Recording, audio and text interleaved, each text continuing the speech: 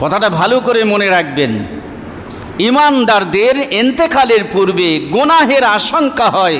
হযরত ওমর ফারুক রাদিয়াল্লাহু আনহু, তাকে যখন শাহাদাত করা হলো, মানে সেই ছুরি মেরেছিল আবু লুলুয়া ফিরোজ দাইলামি, হ্যাঁ, নামাজ পড়াতে ফজরের নামাজে মসজিদে মেহরাবে ঢুকেছেন, আর ওখানে লুকিয়েছিল চাদর মুড়ি দিয়ে। ঘাপা ঘাপ হযরত ওমর রাদিয়াল্লাহু তাআলা আনহুর পেটে ছোরা মেরেছিল। ছোরা দোধারি, দুই দিকে তার অস্ত্র আছে, হাতে এরকম ধরবে, দুই দিকে, এদিক মারলে এদিকে, এদিক মারলে এদিকে। হযরত ওমর রাদিয়াল্লাহু আনহু তারপরে নাড়ি ভুঁড়ি তো বেরিয়ে গেছে, খাদ্য কিছু পাকস্থলী, খাদ্যের থলি নষ্ট হয়ে গেছে, খাদ্য যা কিছু দেওয়া হয় সব বেরিয়ে যায়। 1 সপ্তাহ বেঁচে ছিলেন। সেই 1 সপ্তাহের মধ্যে ওমর রাদিয়াল্লাহু তাআলা আনহুর ইন্তেকালের ঘটনা কোনো সময় পরিপূর্ণ শুনলে বুঝে আসবে। সেই 1 সপ্তাহের মধ্যে হযরতে হুযায়ফা ইবনুল ইয়ামান রাদিয়াল্লাহু আনহুকে ডাকলেন। কোন সাহাবীকে? হুযায়ফা ইবনুল ইয়ামান। নাম বলুন। হুযায়ফা ইবনুল ইয়ামান। তিনি রাসূলুল্লাহ সাল্লাল্লাহু আলাইহি সাল্লামের গোপন কিছু কথা অনেক জানতেন। হুযায়ফা ইবনুল ইয়ামান রাদিয়াল্লাহু তাআলা আনহুর কাছে মুনাফিকদের লিস্ট ছিল।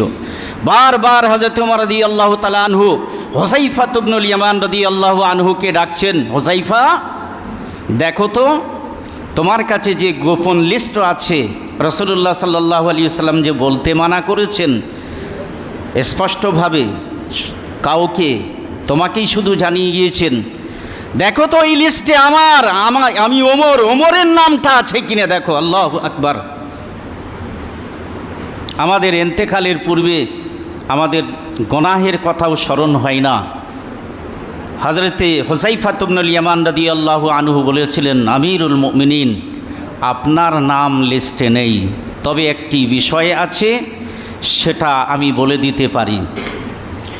আপনার থেকে একটি দরজা, ফিতনার দরজা ভেঙে দেওয়া হবে, অর্থাৎ আপনার ইন্তেকাল, তখন থেকে ফিতনার দরজা খুলে যাবে। এরপর হযরত উসমান গনি রাদিয়াল্লাহু তাআলা আনহু শহীদ হলেন, আলী রাদিয়াল্লাহু আনহু শহীদ হলেন। পরস্পর ফিতনার জমানা শুরু হয়ে গেল হযরত ওমর রাদিয়াল্লাহু তাআলা আনহুর শাহাদাতের পর থেকে। এটা হুযায়ফা ইবনুল ইয়ামান রাদিয়াল্লাহু আনহু বলেছিলেন যে রাসূলুল্লাহ সাল্লাল্লাহু আলাইহি ওয়াসাল্লাম আমাকে বলে গিয়েছিলেন।